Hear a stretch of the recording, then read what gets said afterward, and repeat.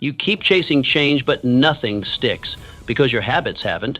Success isn't built on motivation. It's built on repetition. If you wake up doing the same things, you'll keep living the same life. But the moment you take control of your daily patterns, everything begins to shift. Your future is hidden in your routine.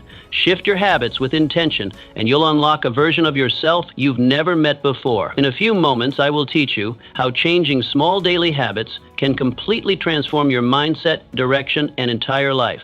You become what you repeatedly do. You are not the sum of your intentions. You are the sum of your actions. Not once, not twice, but the actions you repeat without fail, day in and day out. You may think your life is determined by big decisions, but it is the small, invisible habits that shape your destiny. A man doesn't wake up successful. He becomes successful through a quiet ritual of repeated behavior, thoughts, words, movements that sculpt his mind and mold his results. But why do so many fail to see this? Because habit disguises itself as routine. You stop noticing the very thing that's shaping your outcomes. You rise late, put things off, speak words of doubt, then wonder why success feels like it belongs to someone else. It isn't fate, it isn't luck, it's your pattern, a habit you've rehearsed into permanence. So how do you turn the wheel? You begin by observing. Begin your mornings with intention. Instead of drifting, choose.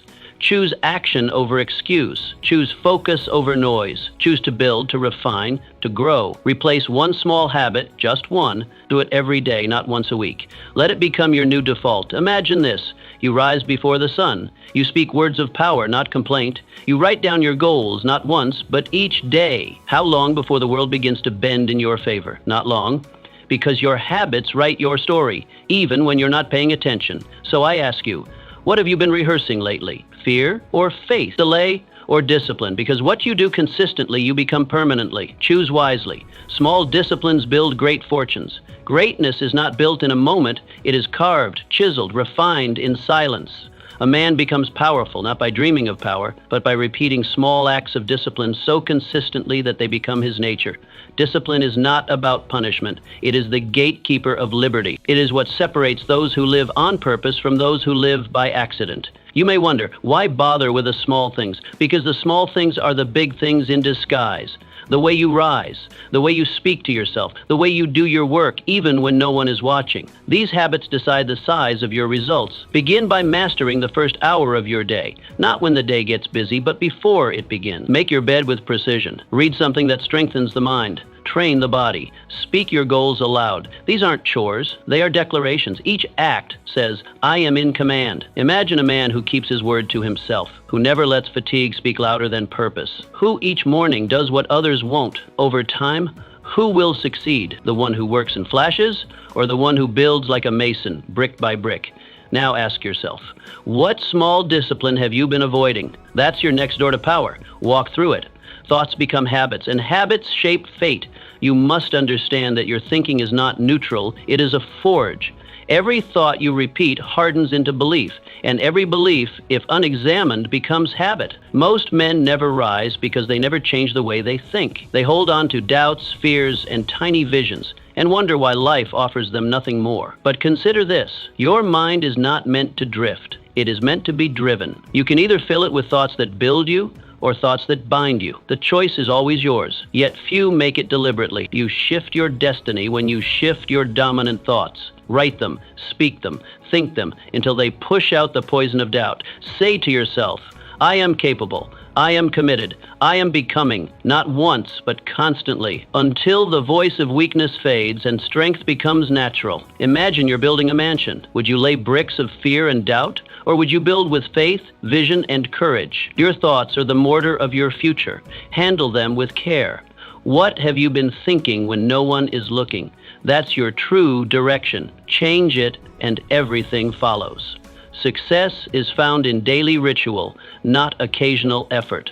Success is not a thunderclap, it is a whisper repeated through ritual. The men who build empires, fortunes, and legacies do not rely on moods or sudden bursts of energy. They build rituals, sacred patterns of action that produce predictable excellence. You've likely seen men who start strong, who sprint and then stumble. They rely on willpower. But willpower fades. Ritual remains. It carries you through fatigue, through boredom, through setback. It becomes who you are. But why is ritual so powerful? Because it doesn't ask your permission. Once formed, it acts automatically. It removes the friction between intention and execution. Ritual turns dreams into duties and duties into reality. You build a ritual by anchoring it to something sacred: morning, evening, meals. Attach an action to a moment. Repeat it, respect it, protect it. Let no excuse pierce it. Picture this: a man wakes before the town stirs. He lights a candle. He writes down 10 goals. He visualizes their completion. He lifts his body with effort. He repeats a sentence of power every day without fail. Will he not over time separate himself from the masses?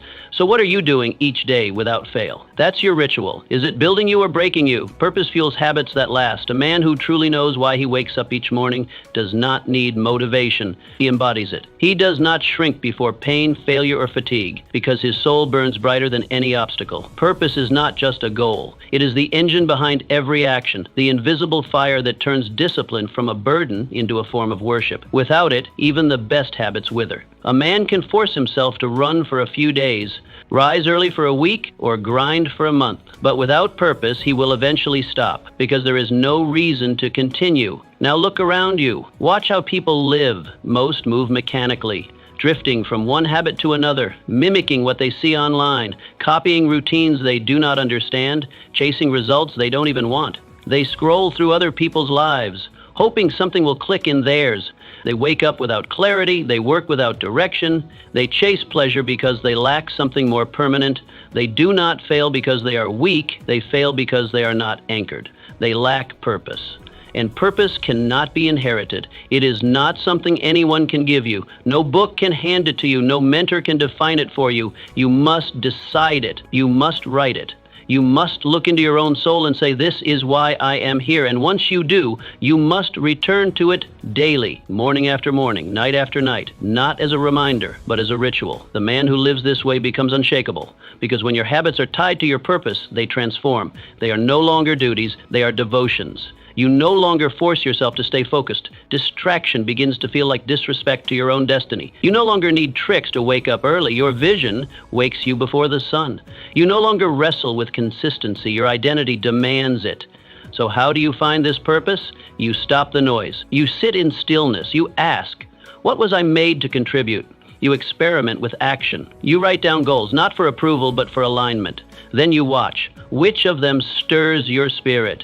Which ones make you move without pressure? That's your clue. Purpose is felt before it's understood. And once you sense it, you must build habits to honor it every single day. Imagine this: a man digging for gold. Many dig out of curiosity, but one dig because he knows the gold is there. He's seen it in his dream. He's felt it in his bones. His hands do not tire because his heart is convinced. And that's the difference. Conviction. So now ask yourself honestly, what are your habits serving? Are they tied to something real, or are they floating? If you don't know the answer, then the time to discover it is now. Once you connect your actions to your mission, everything else aligns. Pain becomes fuel, time becomes sacred, and your life begins to move with force. Your environment reflects your standards. Take a close look around you, not with casual eyes, but with the gaze of a man ready to rise. Observe the space you wake up in, the desk you sit at, the items you see every day, the people whose voices fill your hours. These are not coincidences. They are reflections, quiet, constant reflections of the standard you hold yourself to internally. A man does not need to speak of his values. His surroundings do the talking. His room, his tools, his schedule, his circle, all of it whispers or shouts his identity. Yet how many live in chaos and confusion, pretending it has no consequence? They wake up late, surrounded by clutter. Their homes are neglected, their plans disorganized. They tolerate drama, laziness, and distraction in the people closest to them, and then ask why their life feels heavy, stuck, just short of momentum. But life is always speaking. The results they're getting are not a mystery. They are a mirror. When you permit disorder in your environment, you send a signal to your mind. This is acceptable. This is what I deserve. And that quiet signal shapes your entire attitude. But when you demand more, when you clean with discipline, when you organize with intention, when you protect your peace from toxic influence, you begin to rise. not just externally, but internally. You reinforce an identity of excellence. You begin to feel like someone who deserves more because you act like someone who does. So how do you raise this standard? You begin by confronting your environment with honesty. Audit your space. Touch everything. Ask yourself, does this serve who I'm becoming? And if the answer is no, remove it without guilt, without delay. Whether it's an old item, a sloppy habit, or a person whose energy pulls you down, let it go. You're not throwing it away. You're making room for what belongs. Build a space that aligns with your vision. Design a daily flow that respects your time. Surround yourself with people who sharpen your thinking and challenge your weakness, not those who comfort your excuses. This is not about being perfect. It's about being intentional. Imagine a warrior preparing for battle. Would he trust a dull blade? Would he walk into the storm with his armor scattered, his camp in disarray? Of course not. He would treat his environment like a reflection of his future. Everything in order. Every tool in place, every person beside him chosen for strength, loyalty, and clarity. This is how you must begin to live, not by accident, but by design. So ask yourself with real courage, what have I allowed to remain that weakens me? It could be an object, a habit, a person, a mindset. Your success is not only shaped by what you do, but by where you do it and with whom. The man who builds his environment with care builds a mind and a life that is impossible to shake. Repetition rewires the mind. The mind does not bend to brute force. It does not yield to a single act of willpower or a burst of sudden motivation. It responds to rhythm. It rewires through consistency, through the steady drumbeat of repetition. You cannot force your way into a new life in one dramatic leap. The mind is not a machine to be flipped into gear. It is a living field, one that must be cultivated with care, patience, and rhythm. You must till the soil of your thinking day after day until it begins to grow something new, and then tend to it until it blooms. This is where most men fall short. They begin with fire, but no fuel. They start a new habit, try a new mindset, speak a new affirmation, and when it doesn't yield instant results, they walk away. It didn't work, they say, as if change were a vending machine. But the mind doesn't respond to intensity. It responds to repetition. The brain is not looking for what is powerful, it's looking for what is familiar. And repetition creates that familiarity, slowly, steadily, unshakably. Think of the first time you said something powerful to yourself, I am strong, or I will change.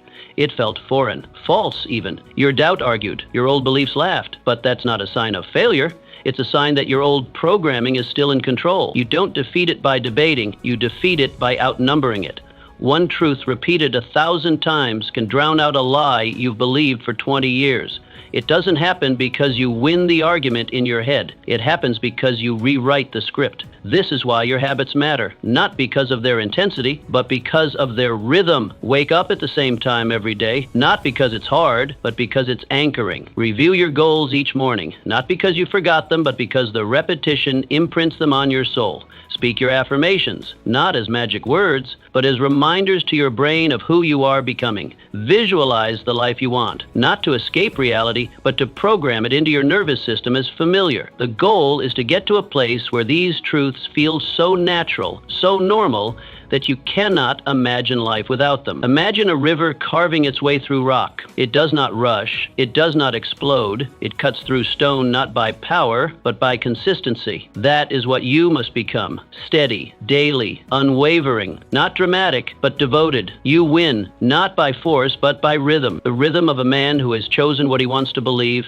and is willing to repeat it until it becomes his nature. So the next time you feel stuck, discouraged, or impatient with your own progress, don't ask yourself, what's wrong with me? Ask a better question. Have I repeated the right things enough times? If the answer is no, then the solution is simple. Do not seek another secret. Do not chase a new method. Return to the rhythm. Speak it again. Train again. Visualize again. Wake up again. Until the new you isn't something you're trying to build. It's simply who you are. Repeat, repeat, repeat. Stop starting over. A man who keeps starting over becomes a man who never truly arrives. His life is a cycle, fueled by bursts of energy, stalled by waves of distraction. He gets inspired, takes the first step, maybe even a few more, but the moment it gets uncomfortable, inconvenient, or unexciting, he stops. Then he searches for something new to begin, a new plan, a new system, a new goal. He mistakes motion for progress. He confuses activity with direction, and so he spins not forward but in place. You might tell yourself you lack discipline, that if only you had more willpower, you'd follow through. But often, that's not the real issue. The deeper truth is a lack of commitment, not to the dream, but to the process. You begin things you believe in, but you don't stay with them long enough to see the reward. You plant a seed, then walk away the moment the soil doesn't give you instant fruit. You forget that every oak tree began as a buried seed, unseen, ignored, and slowly breaking through the ground. That requires patience. That requires presence. What if you didn't abandon the path this time? What if you resisted the temptation to switch directions just because it's hard or slow? What if instead of reaching for a new goal, you nurtured the one you already began? There's power in staying put. There's strength in consistency. And there's magic, real, lasting magic, in pushing through the invisible middle. That part no one sees. The part where nothing exciting happens, where it's all just repetition, routine, and silence. That's the forge where character is made. Most men never get there, not because they can't, but because they don't. They don't endure long enough.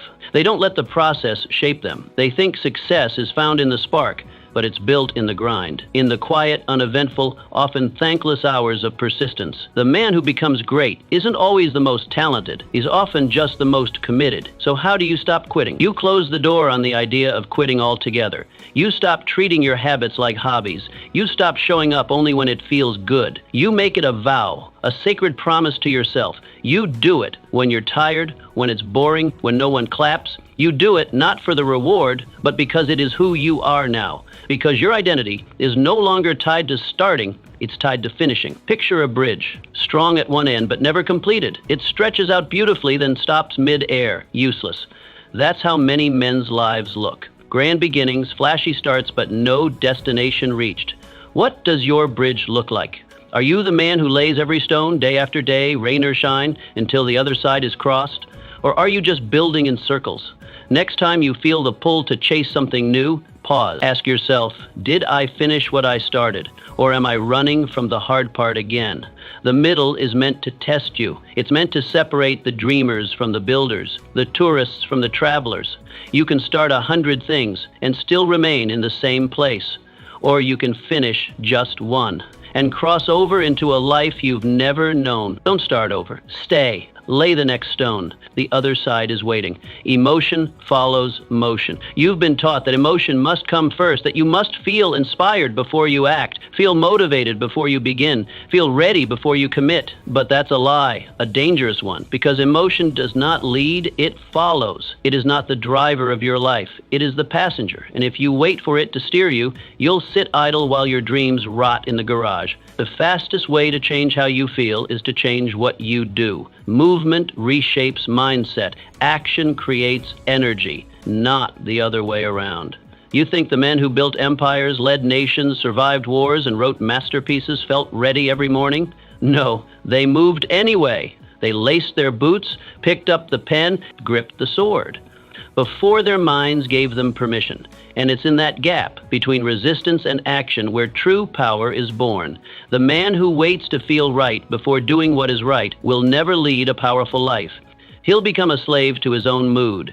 He'll tell himself, I'll start tomorrow. I'll begin when I'm in the zone. I'll train when I feel strong. I'll lead when I feel confident. But that man is not in control.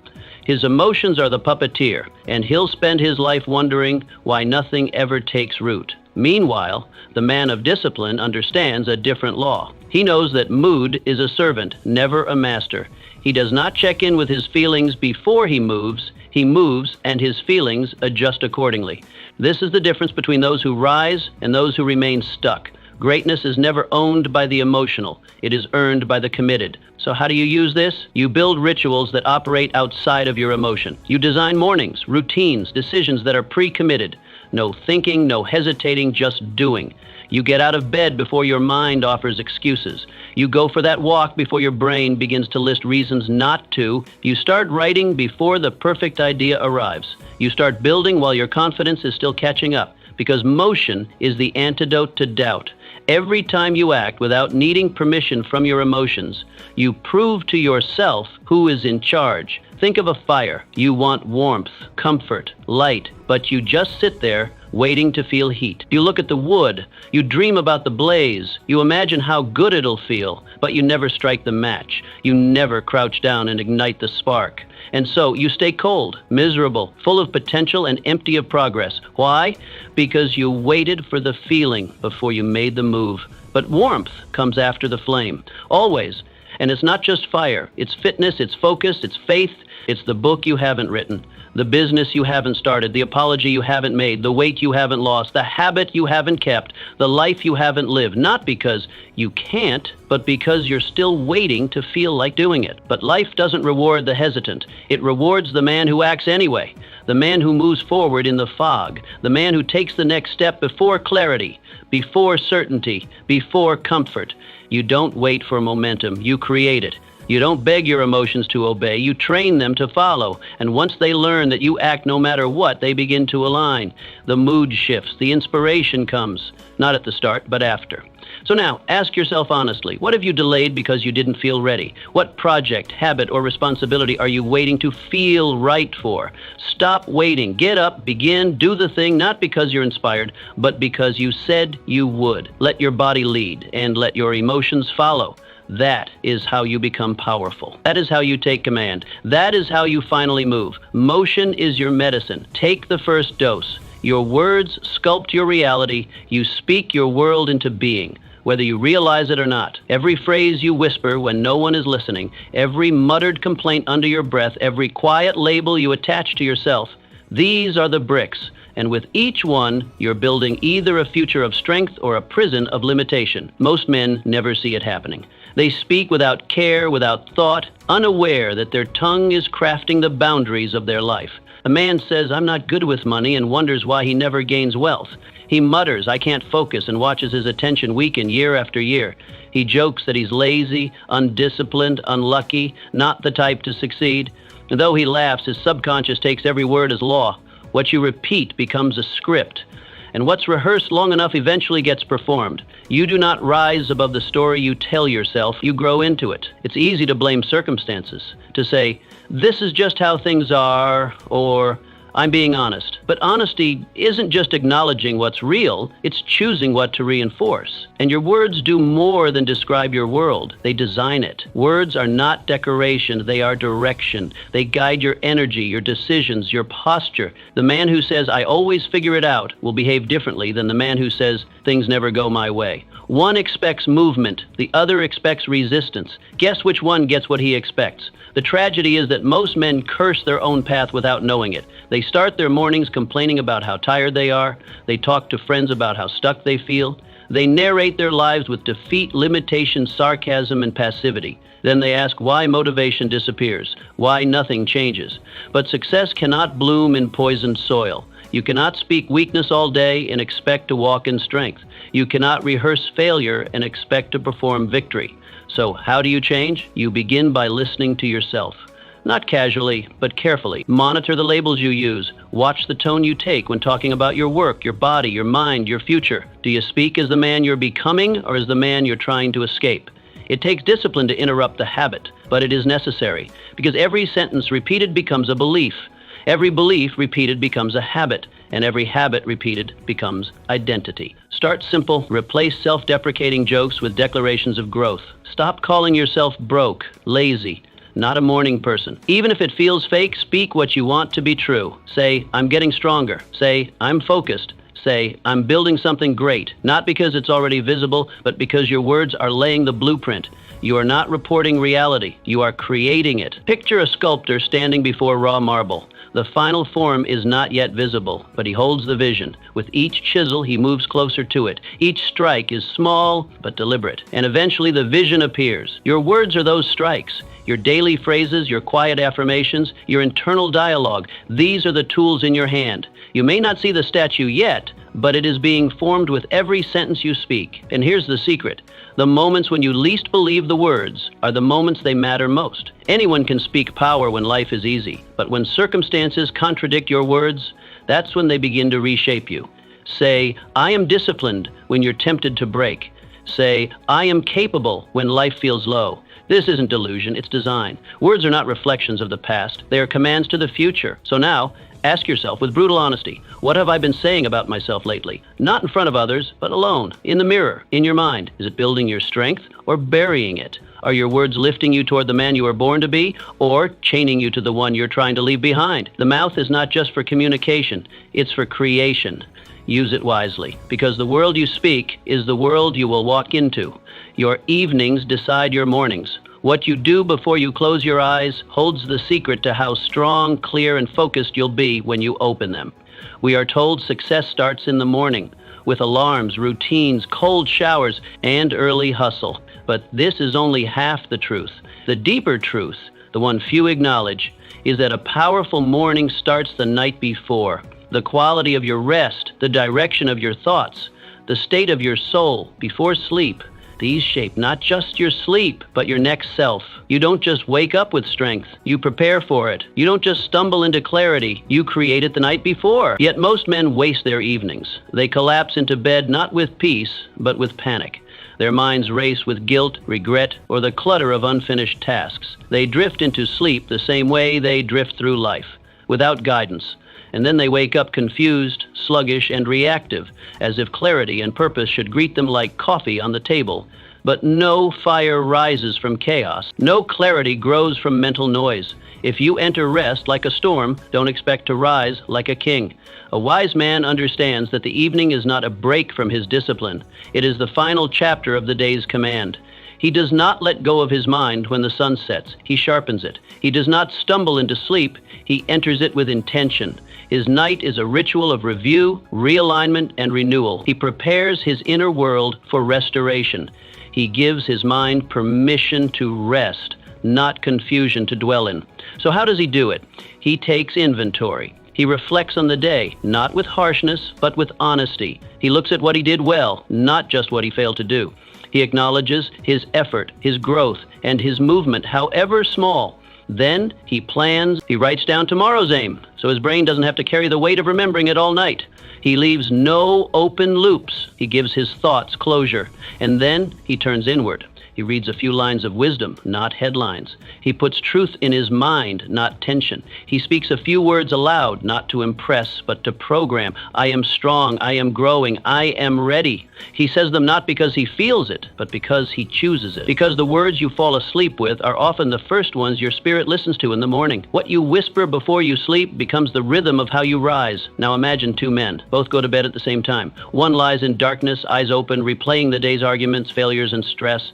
His body is still, but his mind is loud. The other man lights a candle, opens a notebook, and writes down the 3 things he's grateful for. He sketches out the key aim for tomorrow. He reads a page of wisdom. Then he closes his eyes, not from exhaustion, but from completion. One man escapes the day, the other closes it. Who do you think wakes up with more clarity, more strength, more readiness to attack the day? It is not the man who needed rest most. It is the man who prepared for it best. This is what separates the reactive from the powerful. The reactive man lets the day lead him, even into the night.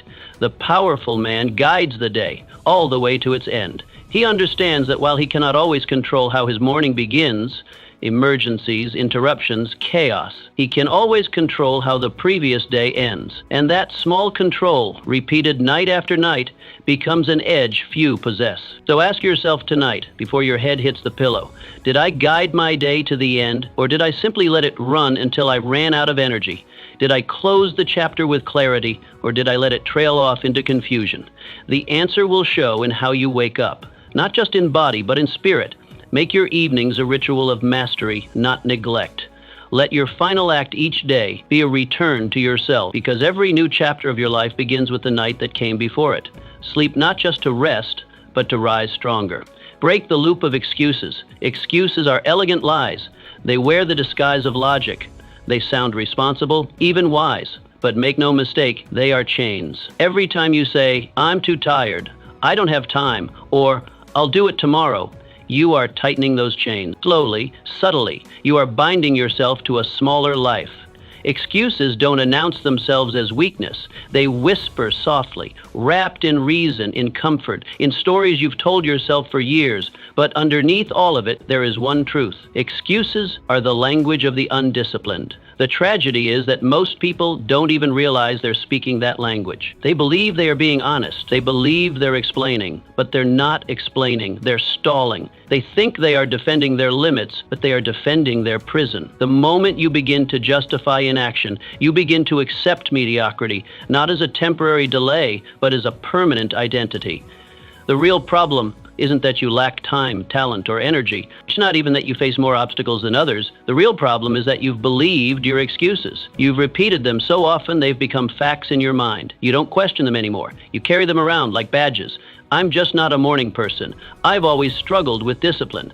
I'm too old to start now. But these aren't truths. They are mental habits, reflexes your mind has built to protect you from discomfort, risk, and responsibility. Growth is painful, so your brain, without asking your permission, builds defenses. Excuses are those defenses. They protect your comfort, but they kill your momentum. And every time you choose one, you step further away from the man you were meant to become. So how do you break this pattern? You expose it. You shine light into the dark corners of your mind where these excuses live. You stop letting them speak unchallenged. The moment you hear yourself say, I don't feel like it, interrupt the thought. Speak over it. Say, but I will do it anyway. When you say, I'm too tired, respond, and I'll do it tired. When the thought comes, I'll start tomorrow, answer, tomorrow is the enemy. I start now. The mind must be trained to submit to command, not emotion. You do not need to feel like doing it. You need only to do it. Action, not emotion, is the measure of progress. The man who waits to feel right will wait his life away. But the man who acts, regardless of mood, becomes unstoppable. He becomes a force because every time he moves in spite of resistance, he is teaching his mind a new rule. You work for me now. Think of a general at war. His army faces cold, mud, fatigue, fear. If he allowed them to retreat every time the conditions were hard, the war would be lost before a single battle was fought. That's how most people live. They abandon their mission at the first sign of discomfort. They retreat when it rains. They fold when they're tired. They delay when the road looks uphill, but not you, not anymore. You are not in a battle for convenience. You are in a war for your future. You are not here to protect comfort. You are here to build character. And character is built every time you say no to an excuse and yes to action. No to fear and yes to movement. No to delay and yes to now. Make a vow today, not a hope, not a wish, but a vow. No more excuses, not spoken, not whispered, not even tolerated in your private thoughts. If one rises, crush it with command. Replace it with action. Prove to yourself moment by moment that your discipline is stronger than your doubt. You are not here to justify mediocrity. You are here to rise above it. The man you want to become is already waiting for you, but he cannot be reached through he is only found through courage, through decision, through relentless forward motion. So ask yourself honestly, what have you been excusing? What goal, what habit, what higher standard have you postponed with reasons that sound clever but kill progress? Today, you bury those reasons. Today, you become the kind of man who doesn't wait to feel right, doesn't beg for perfect conditions, doesn't explain his delay. He acts, he moves, he becomes. Because when you eliminate excuses, you eliminate limitations. And in that space, finally, you will rise. Stop feeding the old identity. The reason your new life hasn't begun is painfully simple. You are still feeding the old one. You say you want change. You say you're ready for discipline, wealth, strength, peace, and purpose. But when the door to the new opens, you walk through with the old you still clinging to your back. The old habits, the old excuses, the old language, the old rhythms. You want new results while maintaining old rituals. You want to evolve, but you won't stop honoring the identity you claim you've outgrown. Every time you hit snooze, you obey the old self. Every time you scroll instead of study, avoid instead of confront, complain instead of act, you give him breath. You resurrect him. And every time you do, the new self, the one you're trying to become, weakens. The man who says, I want to be disciplined, but still entertains laziness, is speaking a divided language. He's declaring one truth and living another. And in that conflict, there is no freedom, only delay. Change is not a statement. It's not a feeling. It's not a journal entry or a sudden decision made at midnight after watching a motivational video. Change is a funeral. It is the burial of the old self. It is the severing of the contracts you signed with weakness. The only way forward is to starve what you no longer want to be. But here's the truth. What you've been doesn't just disappear quietly. It resists.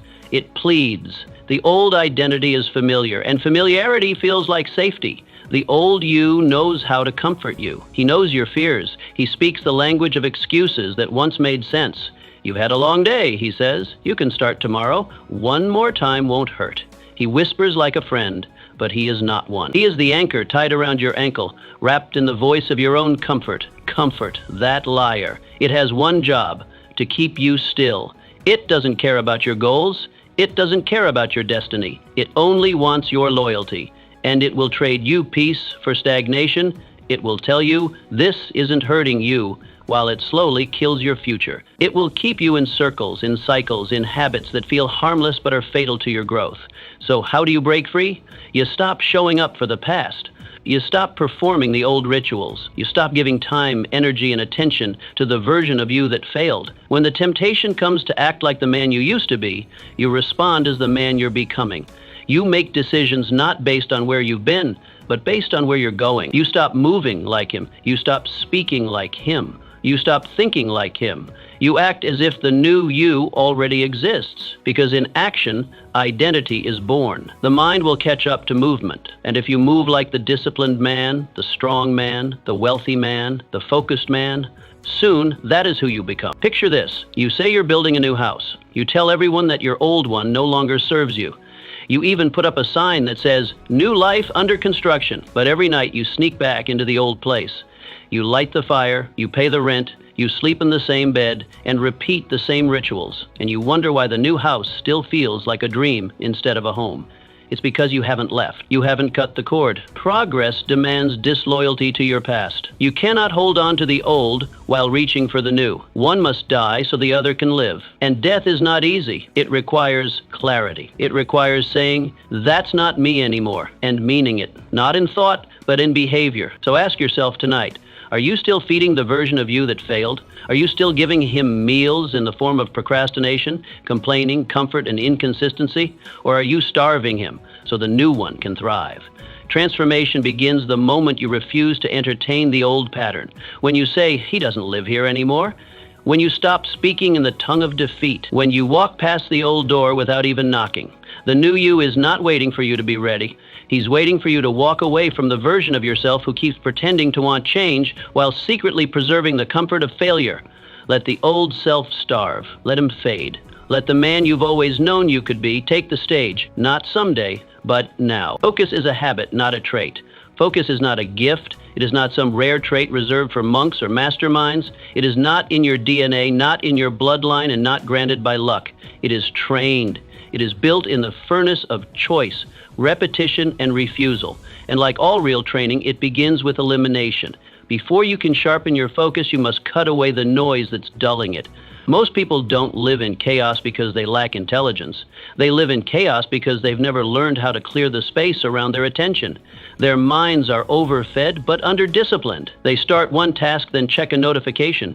They begin a project, then chase a new idea. They look busy, they feel overwhelmed. But at the end of the day, nothing meaningful gets finished. They don't run out of time, they run out of clarity. But the man who wins, the man who builds, leads, and rises, isn't the one who juggles the most. He's the one who finishes what matters. He doesn't live by stimulation. He lives by completion. He doesn't try to do everything. He commits to what counts. And once committed, he doesn't flinch. He doesn't wander.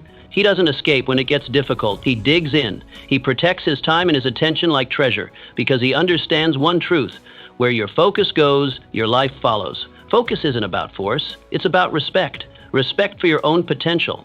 Respect for your limited time on this earth.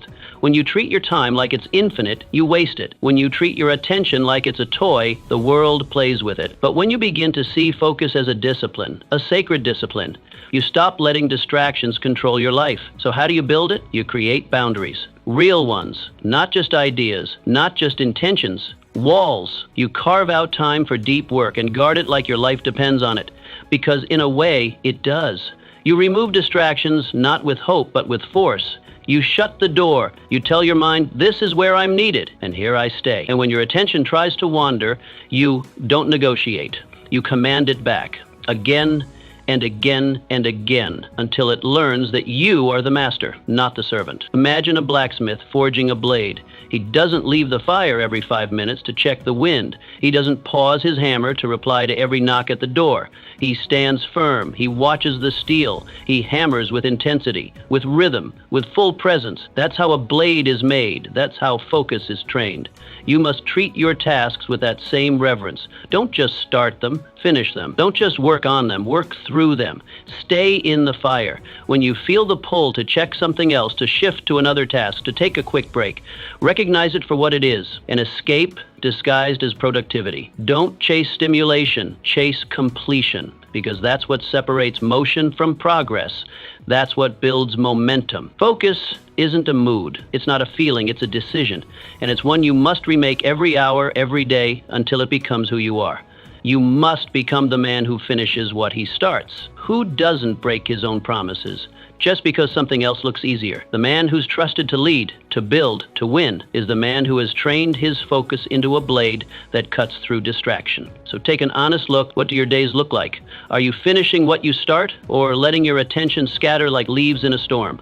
Are you acting with intent or reacting out of habit? Are you in control or are you being controlled? Focus is not found, it is forged. It is not something you discover one day, it is something you become through deliberate action, through ruthless elimination, through fierce commitment to your mission. And once you make focus your discipline, everything changes. Your work sharpens, your confidence grows, your days become cleaner, simpler, more powerful. You stop spinning, you start building.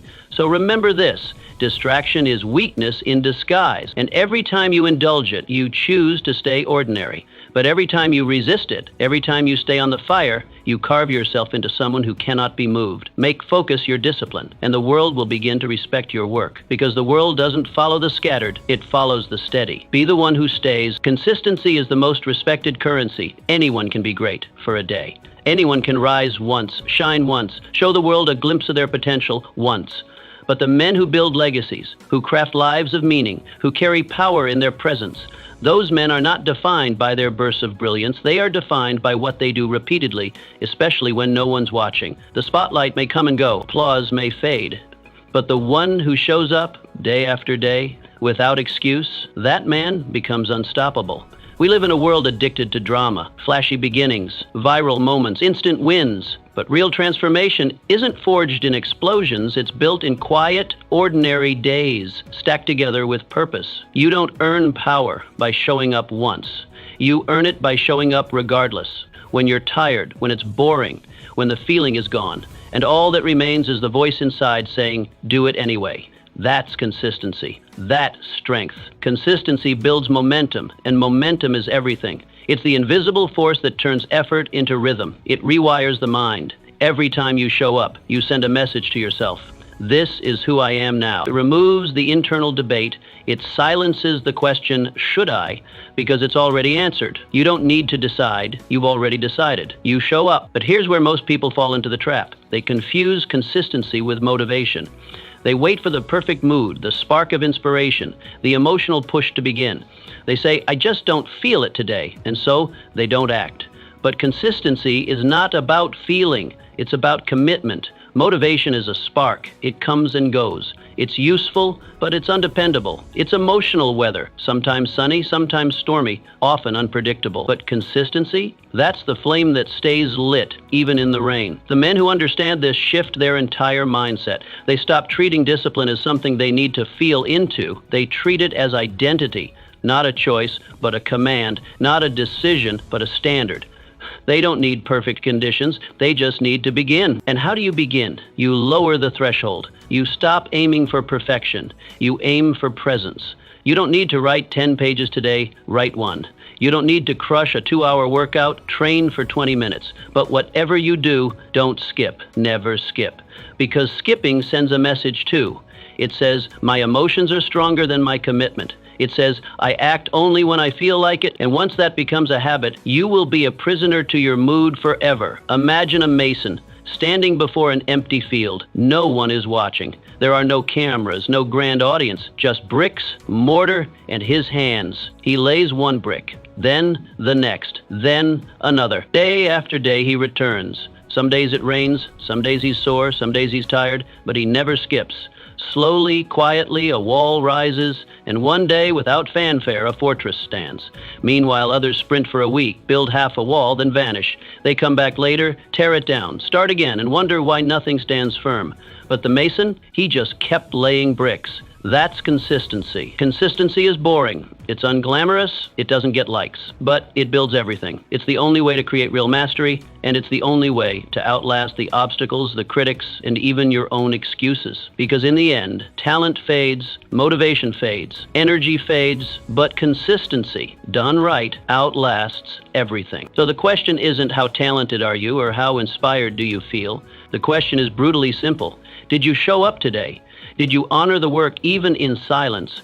Did you keep the value made to yourself even when no one would have known if you skipped? Because that's where the real self is built. In the small, invisible acts of consistency. In the brick laid on the day when laying it felt pointless. In the sentence written when no genius visited your mind. In the steps taken when your legs were heavy and your mind begged you to rest. Show up, not once, not twice, always. Because the man who shows up every day, no matter how he feels, becomes the man who can do anything. And that, in the end, is how greatness is made. Quietly, repeatedly, unshakably, one brick at a time. Your body reflects your discipline. Your body is not just a vessel. It is a reflection of who you are. It reflects your choices, your discipline, your energy, your values. It tells the truth about your routines when your words do not.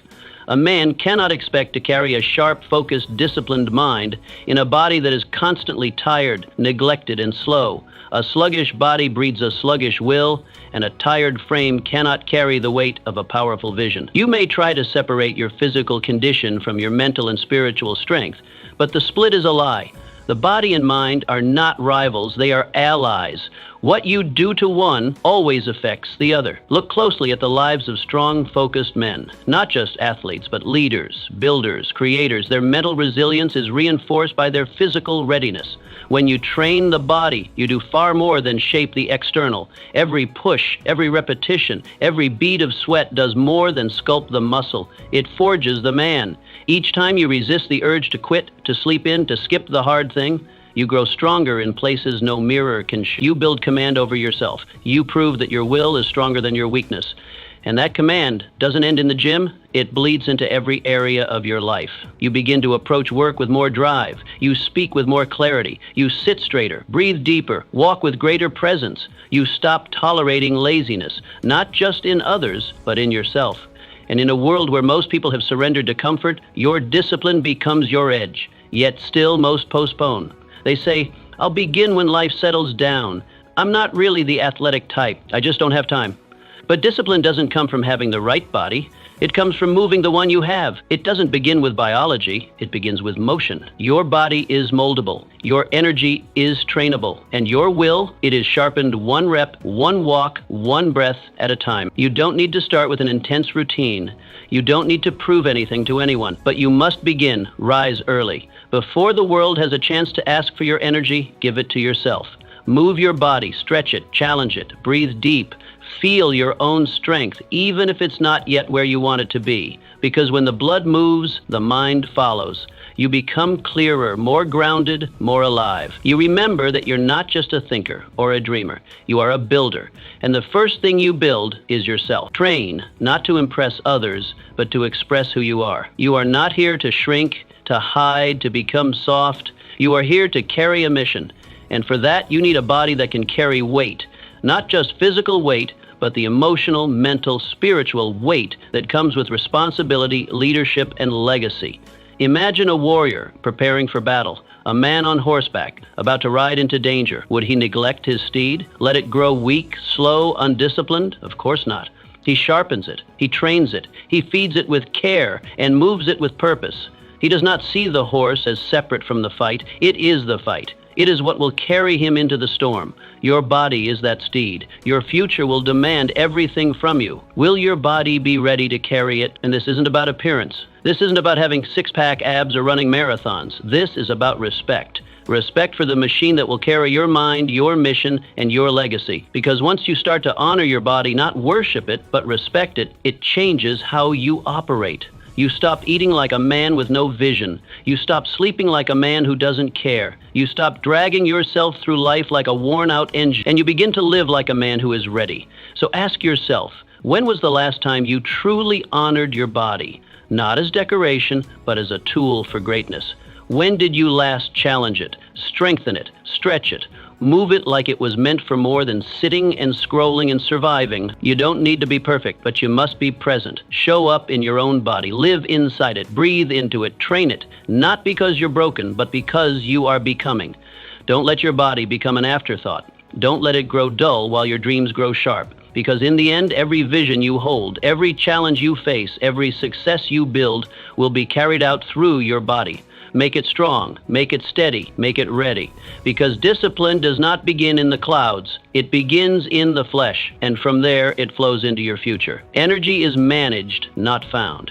You don't find energy, you direct it. You don't sit around and wait for the stars to align, for motivation to arrive, or for the perfect circumstances to awaken your spirit. Energy is not a gift granted to the lucky or the naturally driven. It is a force that must be channeled, commanded, and assigned. The most successful men are not those who feel powerful every moment. They are those who decide where their power goes. And they know that energy, like time, must be distributed with intention. And the man who does not control his energy will always be controlled by everything around him. Look closely at most people. Watch how they spend a day. You'll notice something tragic. They leak energy. Not in great dramatic bursts, but in constant drips that go unnoticed until they're empty. They waste it on petty annoyances.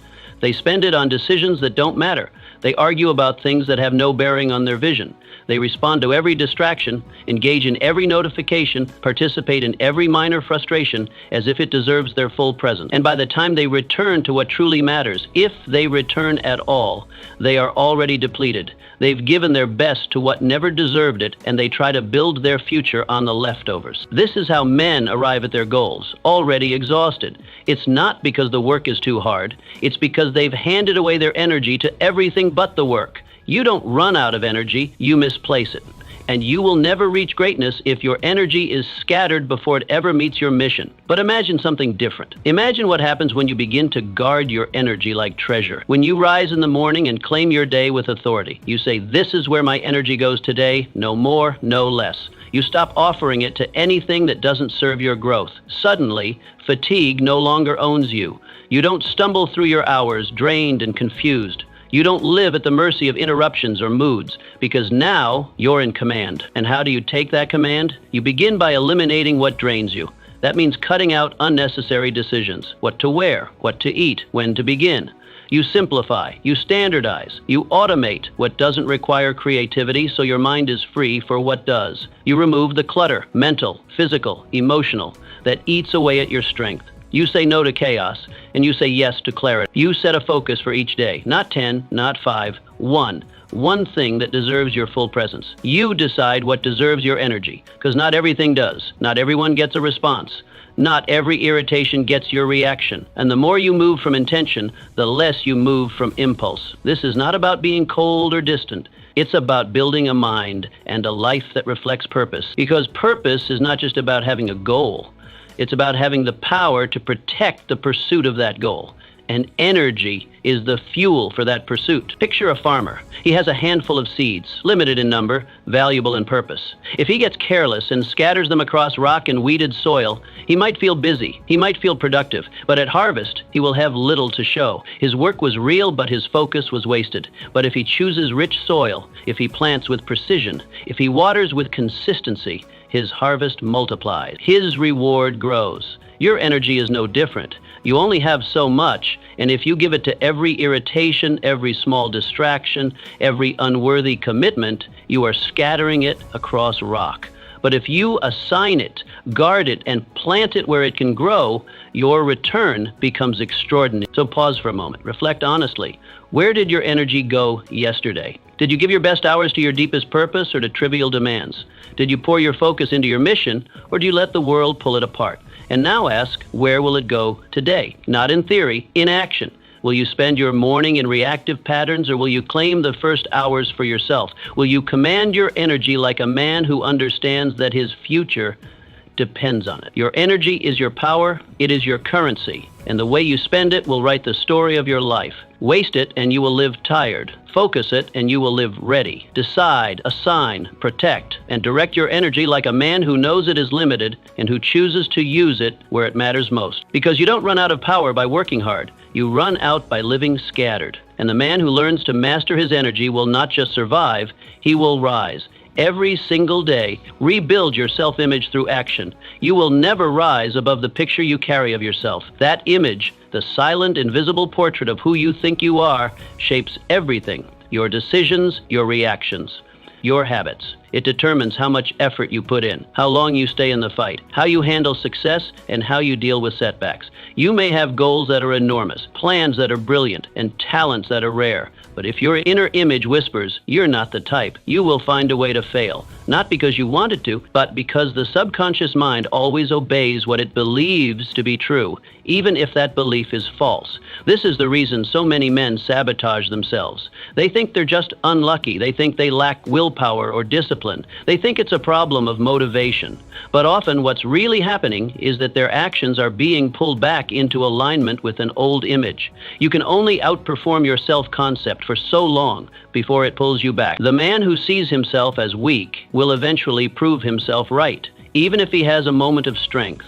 The man who sees himself as undisciplined may start a routine, but he'll quit just when it begins to count. Not because he wants to, because he believes he has no choice. But here's the secret, the truth that changes everything. Your self-image is not fixed. It can be rebuilt. You are not bound to the old portrait. The man in the mirror is not finished. He's clay. And you have the tools to reshape him. You don't do it with affirmations alone. Words help, yes, but they cannot stand alone. You rebuild the picture with action. Every time you do something strong, disciplined, noble, or clear, you send a signal to the deepest part of your mind. This is who I am now, and with each signal, the image begins to shift.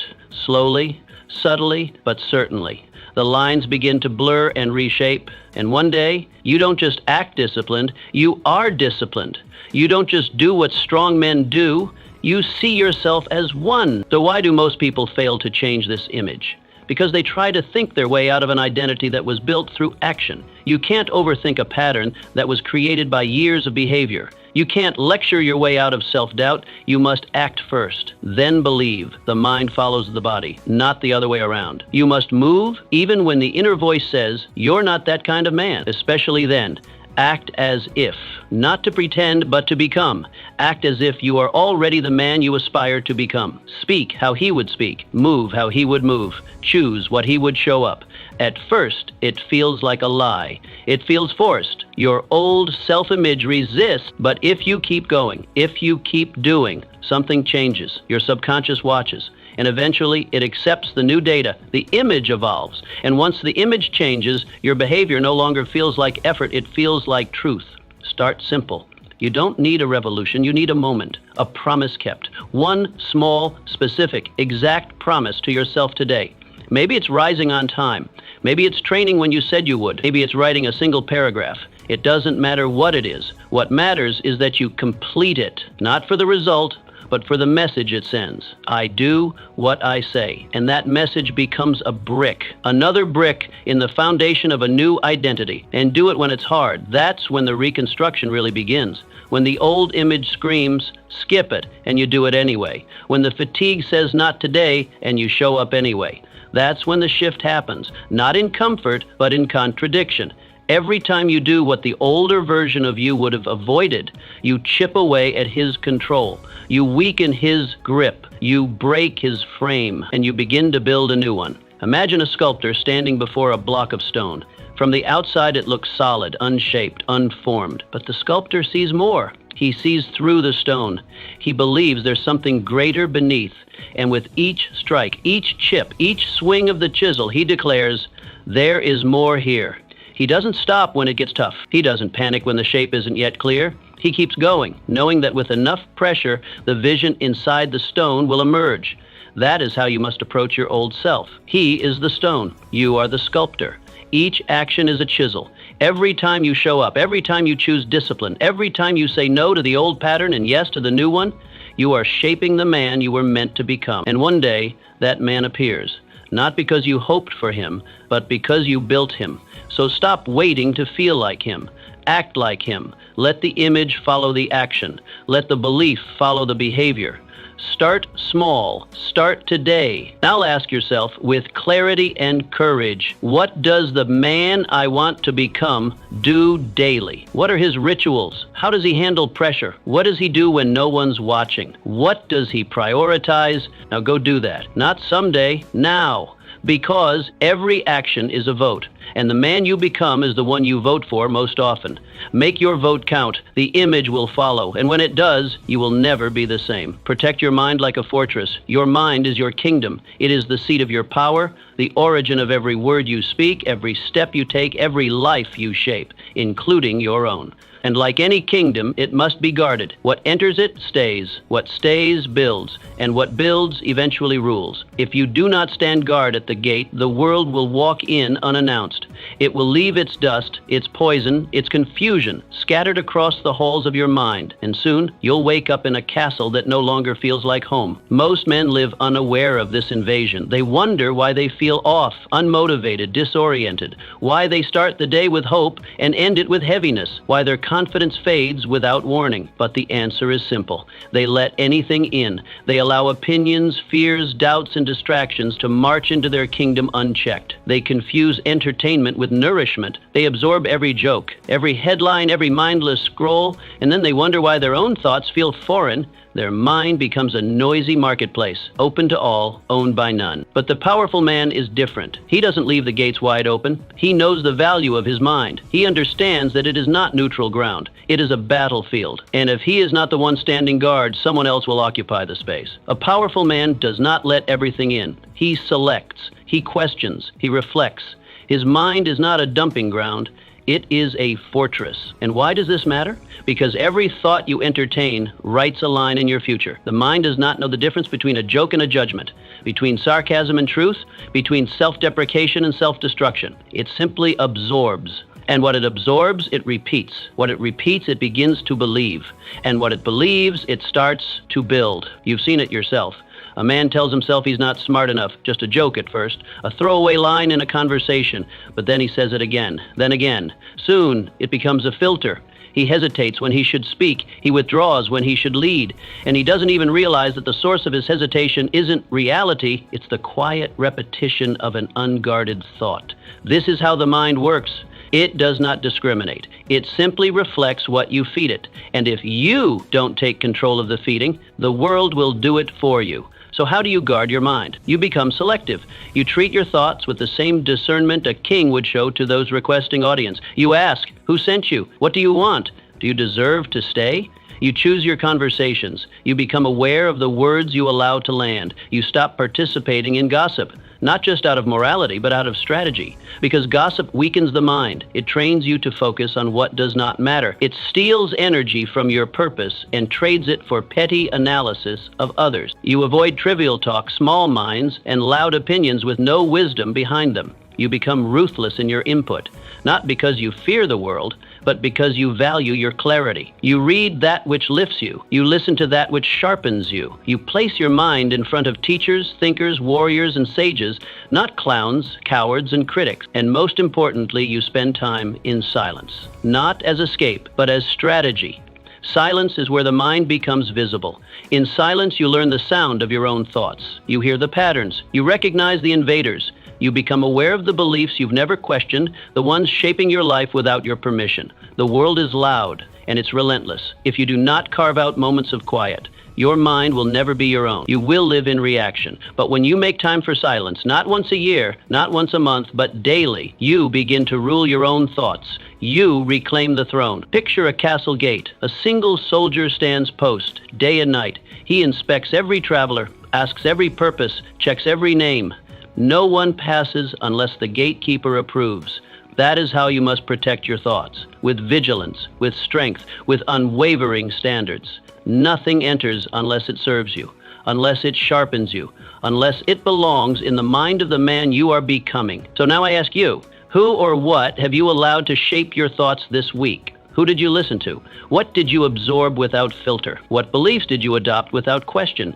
Did you guard the gate, or did you fall asleep at your post? This matters more than you think, because your mind is not just where you think, it's where you build. It is where you form the architecture of your actions, where you develop the frameworks that determine how you show up in every room.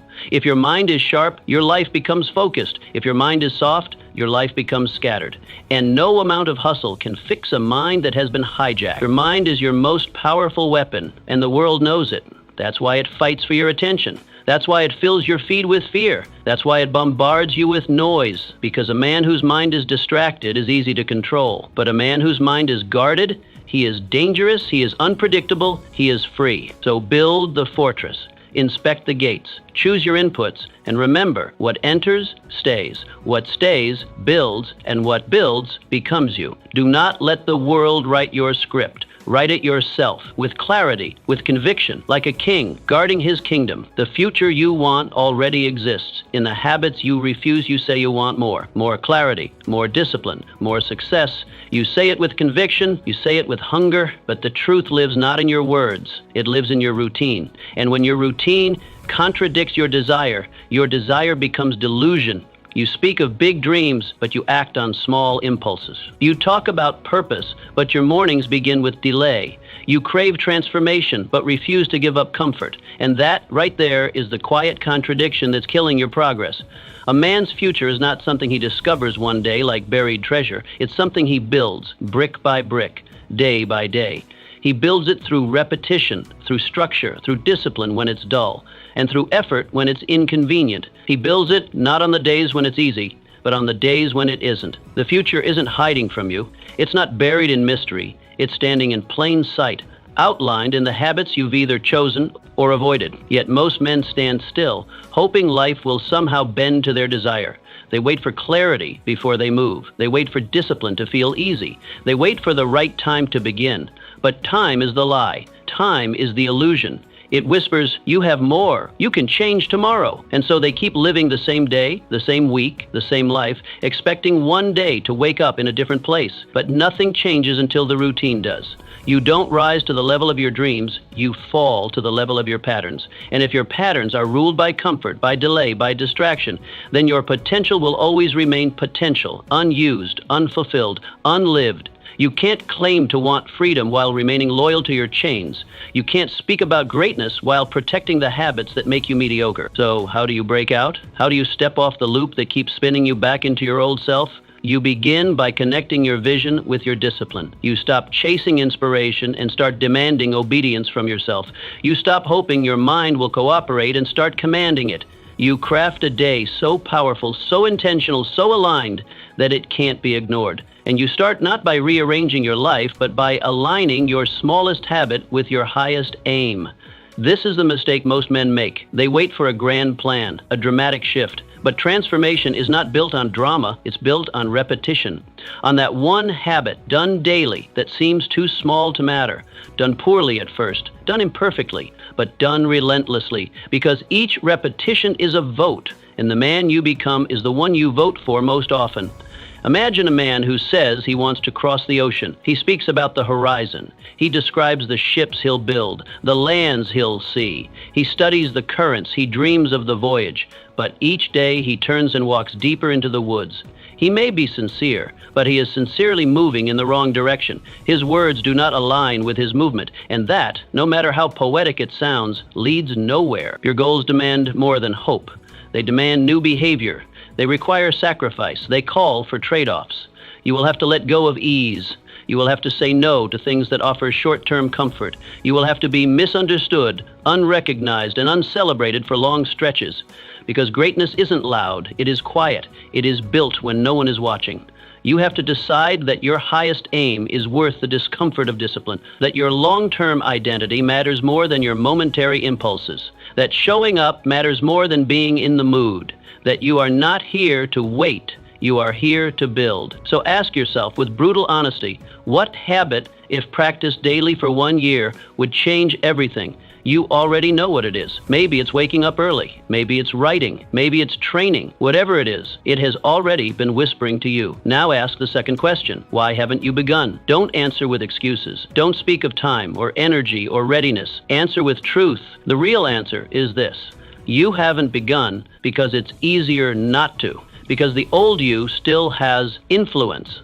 Because you're addicted to familiarity. Because changing a habit means changing an identity, and that scares you more than you admit. But let this be the moment where you stop negotiating with weakness. Let this be the moment where you realize the future is not out there.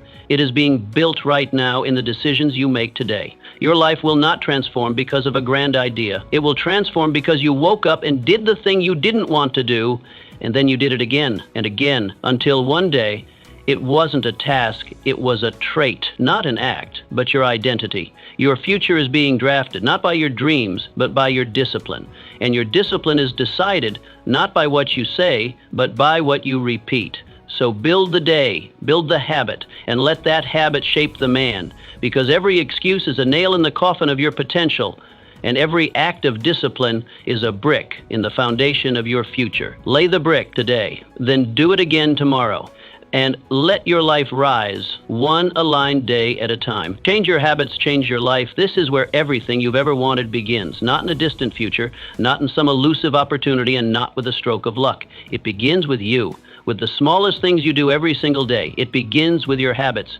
You can dream, you can visualize, you can write down goals and speak affirmations until your throat runs dry. But unless your actions align with the future you say you want, nothing will change. The truth is simple. Your habits are the bricks with which you build your destiny. They are not optional. They are not decorative.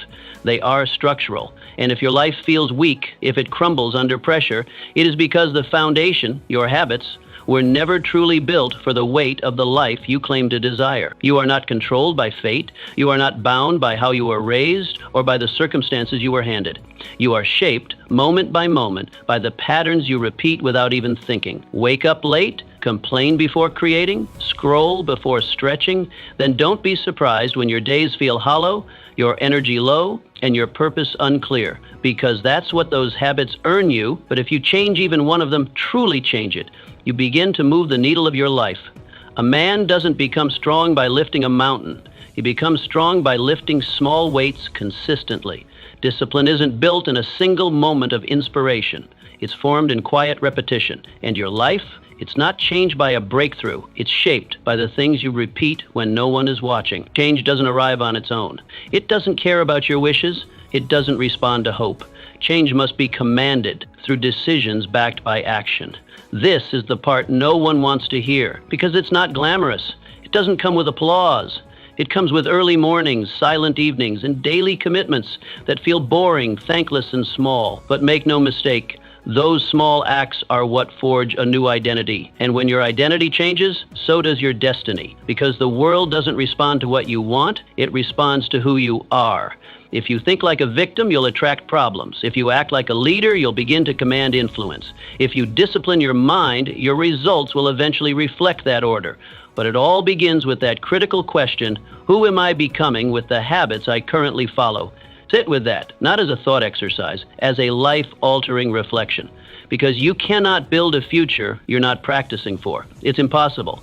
A man who wants freedom but practices addiction will only deepen his chains. A woman who wants confidence but rehearses self-doubt will only amplify her insecurity. Your habits are rehearsals.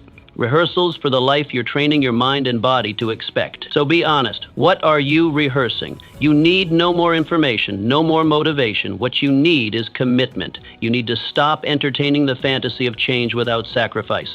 You need to declare war on your distractions. You need to remove the debate around things you already know you must do. Because the more you negotiate with weakness, the stronger it gets. A new habit doesn't need a celebration. It needs a decision. One that says, this is who I am now, and I don't compromise that, not for comfort, not for convenience, not for company.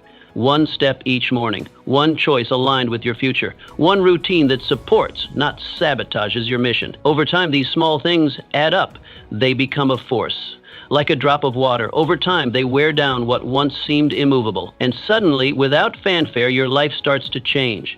Think of a sculptor chipping away at marble. It looks like nothing. It looks like madness. But slowly, with patience and pressure, something begins to emerge, something that wasn't there before, but was always possible. Your habits are the chisel, your life is the marble, and every decision you make is either bringing your vision into form or burying it deeper in stone. You must become deliberate. You must become a craftsman of your days. Stop waking up hoping to feel motivated. You won't. That's not how this works. Greatness isn't built on mood. It's built on clarity. And clarity begins when you ask this question every single day. What would the man I wish to become do right now? Then you do that, even if it's hard, especially if it's hard. This is how identity is built. Not through revelation, but repetition. You don't become trustworthy by accident. You become trustworthy by keeping promises even to yourself. You don't become confident by being praised. You become confident by earning your own respect through follow-through. Day by day, decision by decision, you construct the version of you that can carry your dream. And once you become that person, everything begins to shift. You don't have to chase people, they start coming to you. You don't have to beg for opportunities, they begin to notice your presence, not because you shout it, but because you showed up. You lived it, you proved it, you repeated what others were too inconsistent to finish, and that is what sets you apart. You must stop waiting for a sign. This is the sign. You already know what's not working. You already know what needs to change. The question is not what to do, it's whether you will begin. Not tomorrow, not next Monday, now, in this moment, because your future is not waiting patiently, it is being shaped by your current behavior, and if that truth doesn't light a fire in you, you're not hungry enough yet. But when it does, you'll realize this: the smallest act done with discipline is greater than the grandest dream delayed by doubt. So I ask you again, one final question. If you knew without any hesitation that changing your habits would change your life, what excuse would you still be holding? Would you say you're tired? Then know this: doing nothing drains you more than progress ever will. Would you say you're unsure? Then clarity comes from action, not before it. Would you say you're waiting for the right time? Then remember, time doesn't wait for you. It passes regardless. The question is not whether life will move. It will. The question is whether you will move with it, consciously, courageously, and consistently. Your habits are not small. They are everything. They are the whispers of your future calling out, will you rise or will you repeat? And so I leave you with this: no more waiting. No more postponing. No more negotiating with weakness. The time is now. The power is in your hands. Your life will not be changed by chance, but by choice. And the choices you make daily are the ones that write your future. Now begin. You must create before you consume. A man with ambition must learn a sacred discipline. Build before you absorb. Before the world has a chance to invade your thoughts, before the messages, the headlines, the scrolling noise of 1,000 other voices, you must create. Not because it's trendy, not because someone told you to journal, but because creation is how you plant your own flag into the soil of the day. You must begin your day with your voice, your mind, your intention. That is how you own your morning, before the world attempts to own you. And you wonder why you feel distracted, scattered, reactive instead of proactive? It's because the first voice in your day wasn't yours. Let this be your wake-up call. Your first act of the day must be creation, not consumption. Write a sentence, sketch an idea, plan your priorities, sit in thought, reflect, breathe into your vision.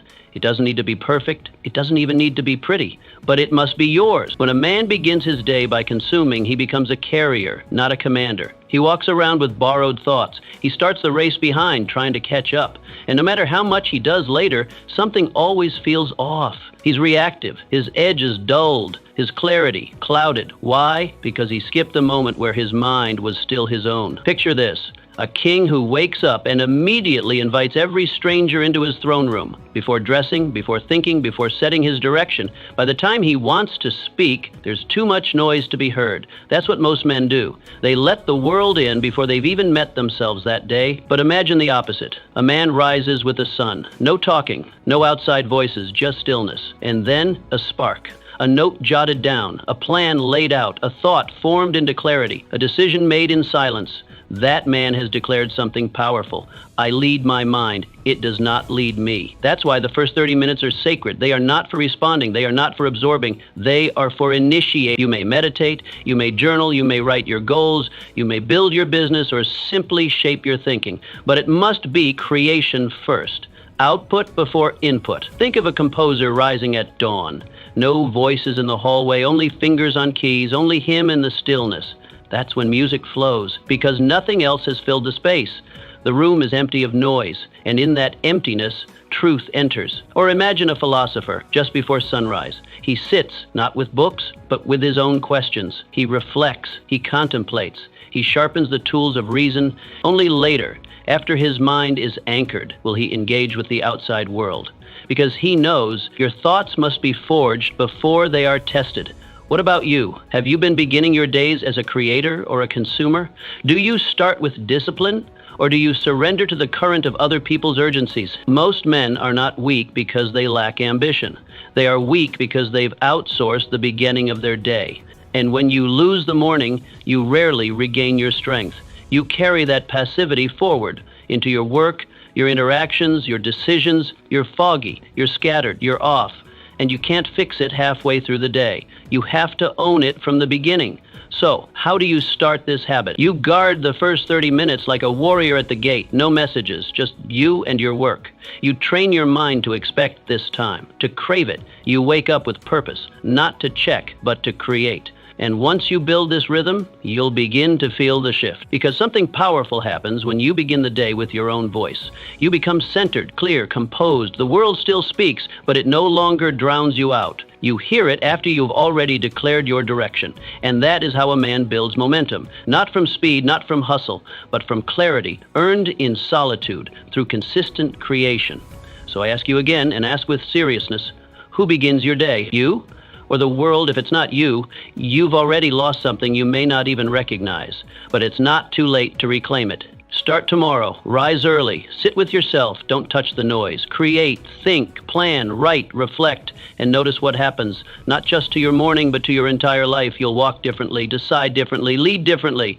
Because when you create first, you command the day. When you consume first, you surrender it. Choose wisely. Change doesn't happen overnight, but it does happen daily. Every small habit you choose builds the future you either desire or regret. So walk away from this not just inspired, but decided. Decide to act. Decide to build. Decide to change. Because once your habits shift, your identity follows, and your life will never look the same.